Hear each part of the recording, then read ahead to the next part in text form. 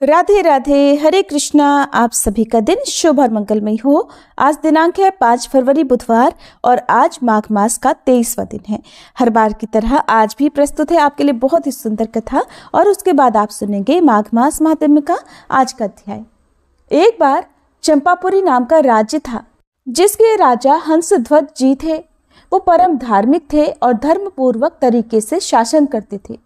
प्रभु की भक्ति और योद्धाओं की श्रेष्ठता में उनकी बहुत रति थी और वो पूरी प्रजा का अपने पुत्र की तरह पालन किया करते। उनके पुत्र का नाम था सुधन्वा। ये उस समय की बात है जब महाराज युधिष्ठिर अश्वमेध यज्ञ कर रहे थे। तब गुप्तचरों ने हंसध्वज जी को समाचार दिया कि महाराज युधिष्ठिर जी का घोड़ा आपके राज्य की सीमा में प्रवेश कर चुका है। तब राजा हंसध्वज ने पूछा कि क्या भगवान श्री कृष्ण भी साथ हैं? तो गुप्तचरों ने उन्हें बताया कि नहीं, वो तो साथ नहीं है, परंतु उनकी द्वारिका की सेना साथ चल रही है। अब तो हंसध्वज के मन में आया कि अगर भगवान कृष्ण साथ होते तो घोड़े का पूजन करके उनके दर्शन प्राप्त कर लेते, लेकिन अब पांडवों को थोड़ा कष्ट देने के बहाने भगवान के दर्शन करने का उपाय करना होगा, क्योंकि जब पांडवों को कष्ट देंगे तो भगवान तो उनकी सहायता करने के लिए जरूर आएंगे। वो जानते थे कि पांडवों की सहायता के लिए भगवान श्री कृष्ण व्याकुल होकर अवश्य ही उपस्थित हो जाएंगे। इसीलिए उन्होंने महाराज युधिष्ठिर के अश्व को पकड़ लाने का आदेश दिया। अश्व के साथ चल रहे थे बड़े बड़े महारथी जैसे अर्जुन, प्रद्युम्न आदि, जो युद्ध के लिए तत्पर थे।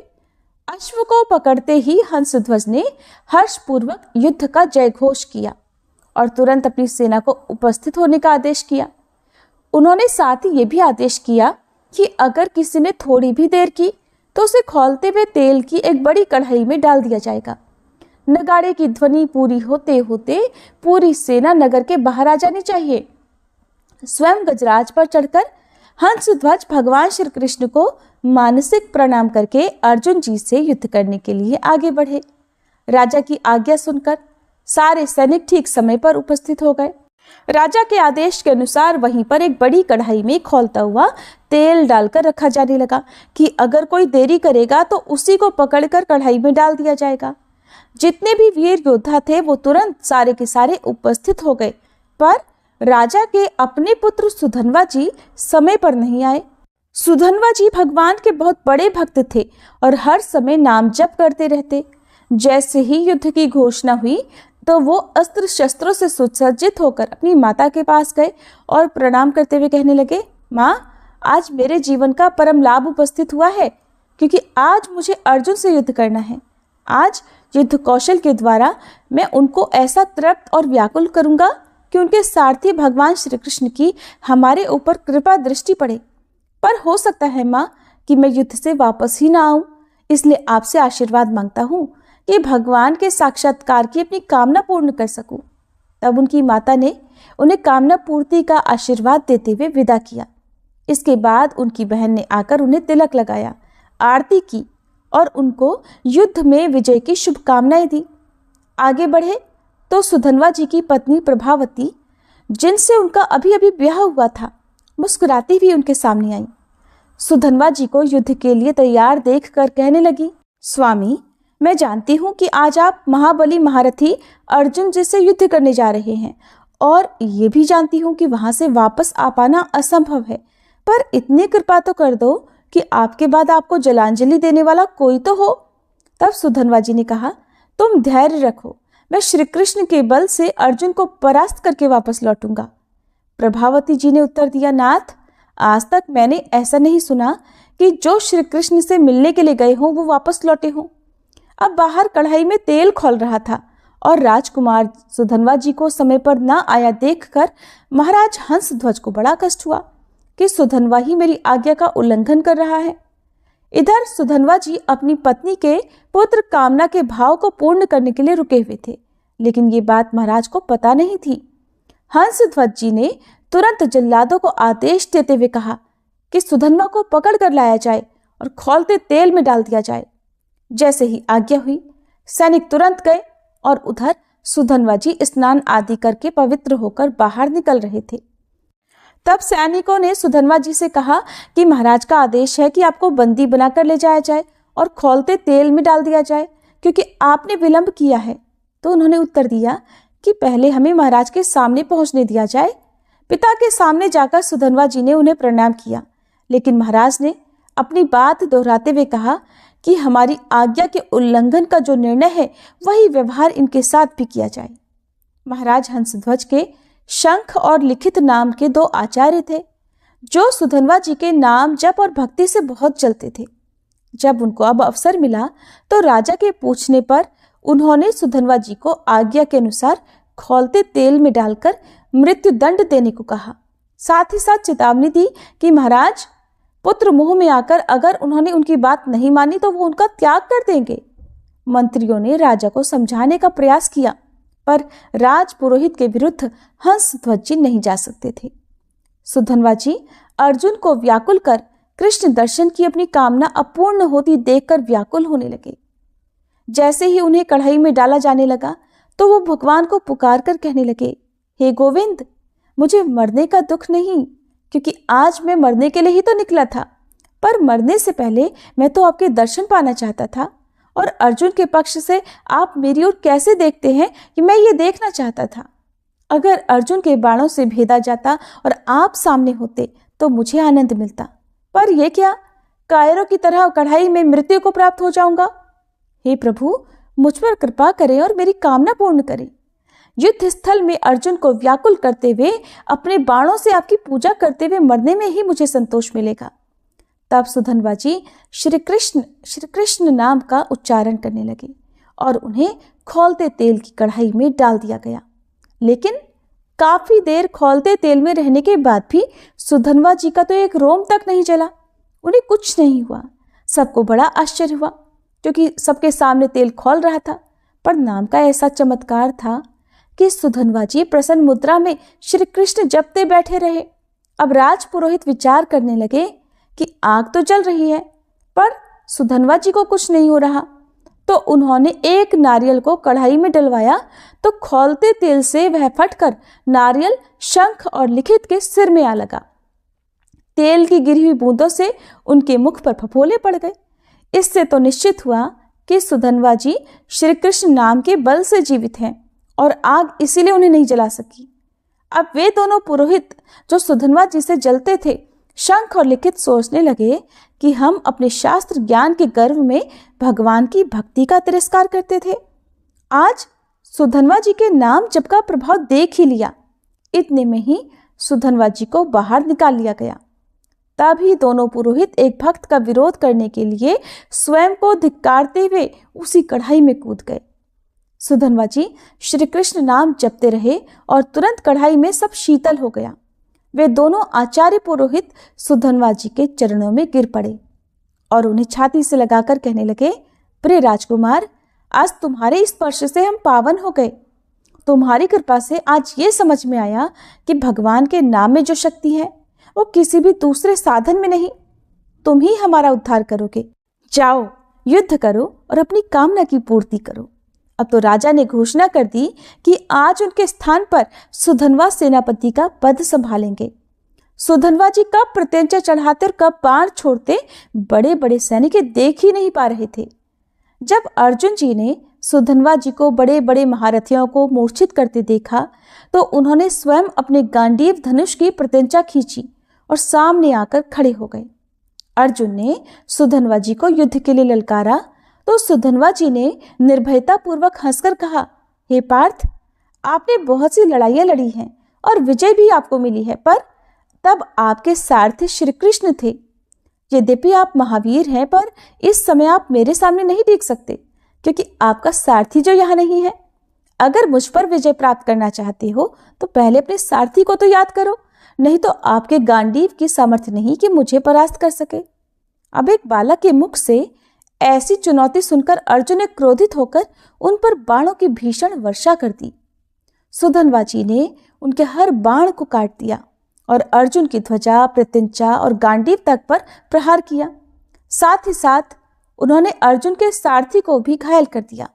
अब बिना ध्वज का रथ और बिना प्रत्यंचा का धनुष देख अर्जुन आश्चर्य में पड़ गए और भगवान कृष्ण को याद करने लगे। यही तो सुधनवा चाहते थे। सुधन्वा जी ने उपहास करते हुए कहा, आप मुझे बालक कह रहे थे, पर मैं चाहूं तो आपको बाणों से घायल करके ऐसी दशा में पहुंचा दूं जो आप जैसे वीर पुरुषों को शोभा नहीं देती। अब भी अवसर है, आप अपने सारथी को याद कीजिए और यहाँ बुला लीजिए। जैसे ही अर्जुन ने स्मरण किया, भगवान श्री कृष्ण वहां पहुंच गए। भला अर्जुन उन्हें याद करे और कृष्ण वहां ना पहुंचे, ऐसा तो संभव ही नहीं था। तब उन्होंने मूर्छित सारथी को हटाकर अर्जुन के रथ को संभाल लिया। सुधन्वा जी की कामना पूर्ण हुई, उनकी आशा पूर्ण हुई। उन्होंने अपने रथ से उतरकर भगवान के सामने प्रणाम मुद्रा में होकर अपने आराध्य देव का दर्शन किया और फिर दोबारा रोष में आकर अर्जुन को पुकारते हुए कहने लगे, हे पार्थ, अब संकोच मत करना, अब तुम्हारी विजय होगी। मुझे हराने के लिए तुम्हें पुरुषार्थ दिखाना ही होगा। अर्जुन ने कहा, वीर, आज मैं तुम्हारे मस्तक को 3 बाणों से गिराऊंगा। अगर मैं भगवान कृष्ण के सामने तुम्हारे सिर को ना गिरा सकूं तो मेरे जितने पूर्वज हैं सब पुण्यहीन होकर नरक में गिर जाएं। सुधन्वा जी ने कहा, पार्थ, मैं भी श्री कृष्ण के सामने प्रतिज्ञा करता हूं कि आपके 3 बाणों को बीच में ही काट कर गिरा दूंगा, और अगर ऐसा ना हो तो मुझे घोर दुर्गति प्राप्त हो। इसके बाद सुधन्वा जी ने 10 बाणों से अर्जुन और 100 बाणों से भगवान कृष्ण की एक साथ पूजा की। साथ ही उन्होंने एक बाण से रथ को 100 कदम दूर गिरा दिया। श्री कृष्ण बोले, धन्य है अर्जुन, देखो सुधन्वा कितना महाबली है। समस्त ब्रह्मांड का भार लिए मैं बैठा हूं, फिर भी तुम्हारे सहित मुझे 100 हाथ दूर फेंक दिया। ये बल सुधन्वा को निरंतर नाम जप और एक सुदृढ़ पत्नीव्रत होने से प्राप्त हुआ है। अब अर्जुन ने दिव्यास्त्र का संधान किया और बाण पे काल को विराजमान किया। तब श्री कृष्ण ने कहा, मैंने गोवर्धन पर्वत उठाकर जो गोपियों की रक्षा की थी, उससे प्राप्त पुण्य मैं इस अस्त्र पे विराजमान करता हूं। और फिर अर्जुन ने सुधन्वा जी से कहा, बचो, ये काल का बाण है। सुधन्वा जी ने उत्तर दिया, मेरे पास कृष्ण नाम का बाण है जो काल का भी महाकाल है। अब एक तरफ भगवान और दूसरी तरफ भगवान का नाम। सुधन्वा जी ने जोर से उच्चारण किया, जय श्री कृष्ण, और उस बाण के देखते ही देखते टुकड़े टुकड़े कर दिए। भगवान ने अर्जुन से तुरंत दूसरा बाण निकालने को कहा। उस पर अपनी बहुत सी शक्तियों का संधान किया। भगवान दिखाना चाह रहे थे कि उनके नाम के आगे उनकी अपनी शक्तियां, सुकृत और पुण्य भी काम नहीं करते, इसीलिए भगवान अपने नाम के अधीन हो जाते हैं। सुधन्वा जी ने अर्जुन से कहा, अर्जुन, अगर मैं इस बाण के टुकड़े ना कर दूं तो अरुंधति सहित महर्षि वशिष्ठ की ब्रह्म हत्या का पाप मुझे तुरंत लगे। ऐसा कहते हुए सुधन्वा जी ने गोविंद कृष्ण नाम लेते हुए बाण मारा तो अर्जुन द्वारा चलाए गए भगवान की शक्तियों से संपन्न बाण के 5 टुकड़े हो गए। अर्जुन को निरुत्साहित देख भगवान श्री कृष्ण ने पंचजन्य शंख बजाते हुए नाद किया और अर्जुन से कहा, अब बाण संधान करो। भगवान ने कहा, मेरे राम अवतार में एक पत्नी व्रत होने के सारे सुकृत अब इस बाण पर विराजमान करता हूं। फिर उन्होंने ब्रह्मा जी को बाण के पिछले भाग और काल को अगले भाग पर विराजमान होने का आदेश दिया और अर्जुन से बाण चलाने को कहा। सुधन्वा जी ने अर्जुन से कहा, अब भी संशय है तुम्हें? देखो, तुम्हारी विजय के लिए भगवान क्या कर रहे हैं। अब कोई प्रतिज्ञा करो इस बाण को बचाने के लिए। अर्जुन ने कहा, वीरवर, यदि इस बाण से मैं तुम्हारा मुकुट सहित मस्तक ना गिरा दूं तो भगवान श्री हरि और भगवान शंकर में भेद करने से जो पाप लगता है वो मुझे अभी लग जाए। सुधन्वा जी ने कहा, मैं यदि इस बाण को ना काट दूं तो काशी में मणिकर्णिका घाट पर शिव विग्रह को पैर मारने से जो पाप लगता है वो मुझे तुरंत लगे। अब तो दोनों भगवत भक्तों ने बड़ी बड़ी प्रतिज्ञाएं कर ली, अपने अपने बाण छोड़े। सुधन्वा जी ने जय श्री कृष्ण नाम जपते हुए उस बाण को देखते ही देखते काट दिया। चारों तरफ हाहाकार मच गया।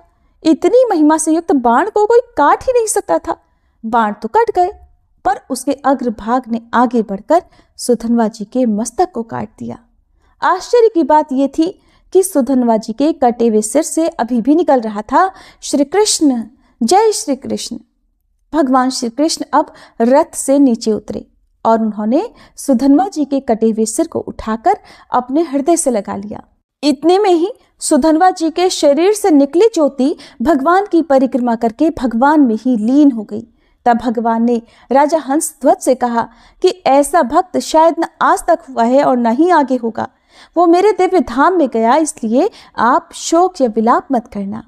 तो भक्तों को अभय वर देने वाले प्रभु श्री हरिनाम की अपार महिमा है, इसलिए अनन्य होकर निरंतर भगवान का नाम जपने से सब प्राप्त हो जाता है। जैसे भी बने, भाव से कुभाव से, श्रद्धा हो या न हो, तब भी भगवान का नाम जब आपको प्रिय लगे तो आपको उस नाम का जप और कीर्तन करना ही चाहिए। ये थी आज की कथा। सभी मिलकर प्रेम से बोलिए श्री कृष्ण भगवान की जय, भक्त सुधनवा जी की जय।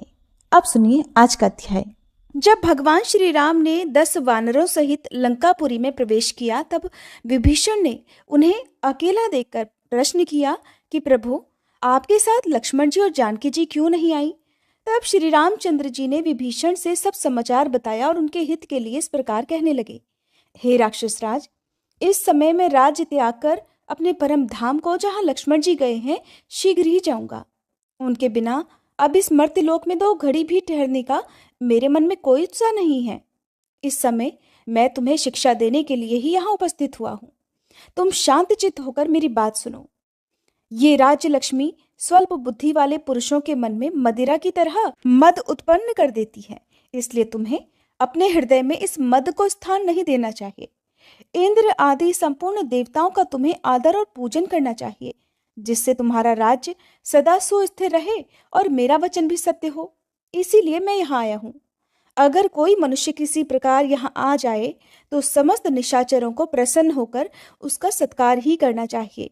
विभीषण, तुम्हें अपने समस्त निशाचरों को मना कर देना चाहिए कि वे मेरे सेतु का उल्लंघन करके भारतवर्ष की भूमि में कदापि न जाएं। तब विभीषण ने कहा, प्रभु, ऐसा ही करूंगा। निस्संदेह आपकी आज्ञा का पालन किया जाएगा, परंतु जब आप मर्त्यलोक को छोड़कर पधार जाते हैं, तब मैं भी यहाँ जीवित नहीं रहूंगा। अतः मुझे भी आप अपने साथ वहीं ले चलिए। श्री राम जी कहने लगे, हे राक्षस राज, मैंने तुम्हें अविनाशी राज्य दिया है, अतः किसी प्रकार मुझे मिथ्यावादी ना करो। मैं यहाँ सेतु में कीर्ति के लिए 3 शिवलिंगों की स्थापना करूंगा। उन तीनों की तुम्हें सदैव पूजा करनी चाहिए। विभीषण से ऐसा कहकर वानरों सहित श्री राम जी फिर 10 रात तक वहीं लंका में टिके रहे। 11वें दिन विमान पर बैठकर उन्होंने अपनी पुरी को प्रस्थान किया और विभीषण और वानरों के साथ मार्ग में उतरकर अपने सेतु के आदि, मध्य और अंत में श्रद्धा पूर्वक 3 रामेश्वरों की स्थापना की। इसके बाद जब वे अपने घर की ओर चले, उस समय विभीषण ने बार बार प्रणाम करके कहा, हे भगवान, इस सेतु मार्ग से कौतुकवश तथा श्रद्धा से बहुत सारे मनुष्य रामेश्वर जी का दर्शन करने के लिए आएंगे। राक्षसों की जाति तो अत्यंत क्रूर मानी गई है और मनुष्यों को आते देखकर उनके मन में उसे खा जाने की इच्छा हो जाती है। अतः यदि कोई राक्षस किसी मनुष्य को खा लेगा तो निश्चय ही मेरे द्वारा आपकी आज्ञा का उल्लंघन हो जाएगा। इसलिए हे प्रभु, आप कोई ऐसा उपाय सोचिए जिससे मुझे आज्ञा भंग होने का दोष न लगे। तब विभीषण का ये वचन सुनकर भगवान श्री राम जी कहने लगे, बहुत अच्छा। इसके बाद उन्होंने अपना धनुष चढ़ाया और अपने तीखे बाणों से सेतु के 10 योजन विस्तृत मध्य भाग को खंडित कर दिया, अर्थात अलग कर दिया। इस प्रकार सेतु मार्ग से, अर्थात पुल वाले मार्ग से लंका में जाना असंभव करके उन्होंने वानरों और राक्षसों के साथ अयोध्यापुरी को प्रस्थान किया। तब से लंका भारतवर्ष से अलग हो गई। इस प्रकार अपने नगर को प्रस्थान करते समय मार्ग में आकाश के पथ से जाता हुआ पुष्पक विमान सहसा अचल हो गया। ये देखकर श्री रामचंद्र जी ने हनुमान जी से कहा, हे वायुनंदन, तुम भूमि पर जाकर पता तो लगाओ कि क्या कारण है जिससे पुष्पक विमान आकाश में ही रुक गया। हनुमान जी बहुत अच्छा कहकर शीघ्र ही धरती पर उतरे और पुनः लौटकर भगवान को प्रणाम करके कहने लगे, प्रभु, यह नीचे परम कल्याणमय हाटकेश्वर क्षेत्र है। वहां संसार की सृष्टि करने वाले साक्षात ब्रह्मा जी विद्यमान हैं। यही कारण है कि पुष्पक विमान उन्हें लांघकर आगे नहीं बढ़ता है। हनुमान जी की ये बात सुनकर श्री रघुनाथ जी ने विमान को उस क्षेत्र में उतरने की आज्ञा दी। फिर वे स्वयं विमान से उतरे और समस्त वानरों तथा राक्षसों के साथ उस क्षेत्र में सब ओर घूम घूम कर तीर्थों का दर्शन करने लगे। वहां पर उन्होंने अपने पितामह राजा अज के द्वारा स्थापित की हुई चामुंडा देवी के दर्शन किए और समस्त कामनाओं को पूर्ण करने वाले कुंड में स्नान करके अपने पिता राजा दशरथ द्वारा स्थापित अपने स्वरूप भूत 4 भुजाधारी श्री विष्णु भगवान का दर्शन किया। वहां राजवापी में स्नान करके शुद्ध होकर देवताओं और पितरों का तर्पण कर उन्होंने मन ही मन ये विचार किया कि इस परम पुण्यदायक क्षेत्र में मैं भी शिवलिंग की स्थापना करूं, जैसे कि पिताजी ने श्री विष्णु भगवान की स्थापना की है। इसके सिवा मेरे प्रिय भाई लक्ष्मण दिव्यलोक में चले गए हैं, अतः उनके नाम से भी एक शिवलिंग की स्थापना मुझे करनी चाहिए। साथ ही अपनी प्रिय पत्नी सीता देवी की और लक्ष्मण जी की भी प्रस्तरमयी अर्थात पत्थर की प्रतिमा इस पवित्र क्षेत्र में स्थापित करूं। ऐसा विचार करके श्री रामचंद्र जी ने 5 मंदिर बनवाए और उन सब में पूर्वोक्त विग्रहों को स्थापित किया। फिर सभी वानरों और राक्षसों ने भी अपने अपने नाम से अलग अलग शिवलिंगों को स्थापित किया। इसके बाद श्रेष्ठ पुष्पक विमान पर बैठकर वे सब के सब अयोध्यापुरी को गए। श्री सूत जी कहते हैं, हे महर्षियों, श्री रामचंद्र जी ने जिस प्रकार उस कल्याणमय तीर्थ में रामेश्वर और लक्ष्मणेश्वर आदि की स्थापना की, वह सब प्रसंग मैंने आप लोगों से कह सुनाया। जो प्रातःकाल उठकर रामेश्वर और लक्ष्मणेश्वर का दर्शन करता है, वह इस तीर्थ में संपूर्ण रामायण के श्रवण से होने वाले फल को प्राप्त कर लेता है। जो अष्टमी और चतुर्दशी को रामेश्वर जी के आगे रामचरित का पाठ करता है, वह अश्वमेध यज्ञ का संपूर्ण फल प्राप्त कर लेता है। श्री सूत जी आगे कहते हैं, हे महर्षियों, पूर्व काल में चमत्कारपुर के भीतर एक श्रेष्ठ ब्राह्मण थे, जिनका जन्म वत्स कुल में हुआ था। उनका नाम चित्र शर्मा था। चित्र शर्मा बड़े यशस्वी थे। एक दिन उनके मन में ये बात पैदा हुई कि मैं पाताल से हाटकेश्वर जी को यहाँ लाकर भक्ति पूर्वक दिन रात उनका पूजन करूं। ऐसा निश्चय करके वे नियम पूर्वक रहते और नियमित भोजन करते हुए बड़ी निष्ठा के साथ कठिन तपस्या करने लगे। लंबे समय तक तपस्या करने के बाद भगवान शंकर एक दिन प्रसन्न हुए और आदर पूर्वक प्रकट होकर बोले, विप्रवर, तुम्हारा जो मनोरथ हो उसके अनुसार वर मांगो। तब चित्र शर्मा बोले, हे देव, आप पाताल से हाटकेश्वर लिंग के रूप में यहाँ पधारिए, बस मुझे यही मनोरथ प्रदान कीजिए। तब भगवान शिव बोले, हे ब्राह्मण, मेरा लिंगमय विग्रह सर्वत्र अचल होता है। तुम हाटक अर्थात स्वर्ण के द्वारा निर्मित दूसरे शिवलिंग की स्थापना करो। वही संसार में हाटकेश्वर के नाम से विख्यात होगा। जो शुक्ल पक्ष की चतुर्दशी को सोमवार के दिन श्रद्धा पूर्वक भक्ति युक्त चित्त से उस लिंग की पूजा करेगा, उसे आदि हाटकेश्वर की पूजा से होने वाले कल्याणमय फल की प्राप्ति होगी। ऐसा कहकर भगवान शिव अंतर्ध्यान हो गए। उधर चित्र शर्मा ने भी मनोहर मंदिर का निर्माण करके भक्ति भाव से शास्त्रोक्त विधि के अनुसार उसमें स्वर्णमय लिंग स्थापित किया और फिर उसी की पूजा प्रारंभ कर दी। वहां उस लिंग की तीनों लोकों में ख्याति फैल गई। दूर दूर से लोग आकर उस उत्तम लिंग की पूजा करने लगे। ये देखकर दूसरे ब्राह्मणों ने भी ये विचार किया कि हम लोग भी भगवान सदाशिव को अपनी आराधना द्वारा संतुष्ट करें। शूलपाणी शिव के 68 क्षेत्र बताए गए हैं, जहां ये परमेश्वर तीनों काल में निवास करते हैं। हम सब लोग प्रयास करें तो उन सभी क्षेत्रों का समूह यहाँ आ जाएगा। तदंतर वहां पर जितने भी श्रेष्ठ ब्राह्मण थे, उन सब ने ऐसा सोचकर बड़ी कठिन तपस्या प्रारंभ कर दी। सहस्त्रों वर्ष आराधना करने पर भी जब उन्हें कोई फल प्राप्त नहीं हुआ, तब वे सभी ब्राह्मण क्षुब्ध हो उठे और बोले कि हम बाल्यावस्था से ही भगवान शंकर जी की आराधना करते हुए बूढ़े हो गए, परंतु हमें अब तक परमेश्वर शिव का दर्शन नहीं हुआ, इसलिए हम सब लोगों को अब अग्नि में प्रवेश कर लेना चाहिए। मन में ऐसा निश्चय करके फिर उन सब ने अग्नि प्रज्वलित की और एकाग्रचित्त होकर वे अपने पुत्रों के साथ जैसे ही उस जलती अग्नि में प्रवेश करने लगे, तुरंत ही भगवान शिव ने प्रसन्न होकर उन्हें दर्शन दिए और हंसकर कहने लगे, हे द्विजवरों, ऐसा दुस्साहस ना करो, तुम्हारे मन में जो इच्छा हो उसे मांग लो। फिर सभी ब्राह्मणों ने भगवान शिव को बारंबार प्रणाम करके कहा, हे सुरश्रेष्ठ, आपके जो 68 क्षेत्र परम धन्य कहे जाते हैं और आदि शिवलिंगों की स्थिति के कारण जिन्हें परम पूजनीय माना जाता है, वे सभी क्षेत्र यहाँ प्रतिष्ठित हों। ये सुनकर भगवान शंकर ने सोचा कि मेरे मन में भी सदा यही कार्य करने का विचार होता है कि मैं अपने सभी क्षेत्रों को किसी एक ही स्थान पर एकत्र करूं, क्योंकि कलिकाल बड़ा भयंकर होगा। यहाँ पर भगवान शिव कलयुग के बारे में बता रहे हैं कि कलयुग आने पर पृथ्वी पर जितने तीर्थ और क्षेत्र हैं वो सब नष्ट हो जाएंगे। ऐसा विचार कर भगवान शंकर ने उन सभी ब्राह्मणों से कहा, विप्रवरो, तुम लोग मंदिर बनवाओ और उसमें अपने अपने गोत्र को आगे रखकर उत्तम शिवलिंग स्थापित करो, जिससे उन शिवलिंगों में मैं संक्रमण कर सकूं, अर्थात मैं प्रवेश कर सकूं। तब उन सभी ब्राह्मणों ने हर्ष में भरकर मनोहर भूमि भागों को देखकर वहां कैलाश शिखर के समान उच्च और दिव्य 68 मंदिर बनवाए और उन मंदिरों में तरह तरह के उत्तम शिवलिंगों की स्थापना की और विभिन्न क्षेत्रों में जो जो नाम प्रसिद्ध हैं उनके वही वही नाम रख दिए। इस प्रकार समस्त क्षेत्र और शिव मंदिर वहां सदैव निवास करते हैं। और आप सभी की जानकारी के लिए मैं आपको बता दूं कि रामेश्वरम तीर्थ तमिलनाडु में है। अगर आपको कभी भी ऐसा सौभाग्य प्राप्त हुआ तो आप वहां पर जाकर एक बार दर्शन करके जो भी आपको कथा में वर्णन किया गया है उसके बारे में जरूर पता कीजिएगा। इन्हीं दिव्य 68 मंदिरों के बारे में एक बार देवी पार्वती जी ने भगवान शंकर से पूछा कि हे प्रभु, आप किन किन तीर्थों में किन किन नामों से कीर्तन करने योग्य हैं, ये सब पूर्ण रूप से बताइए।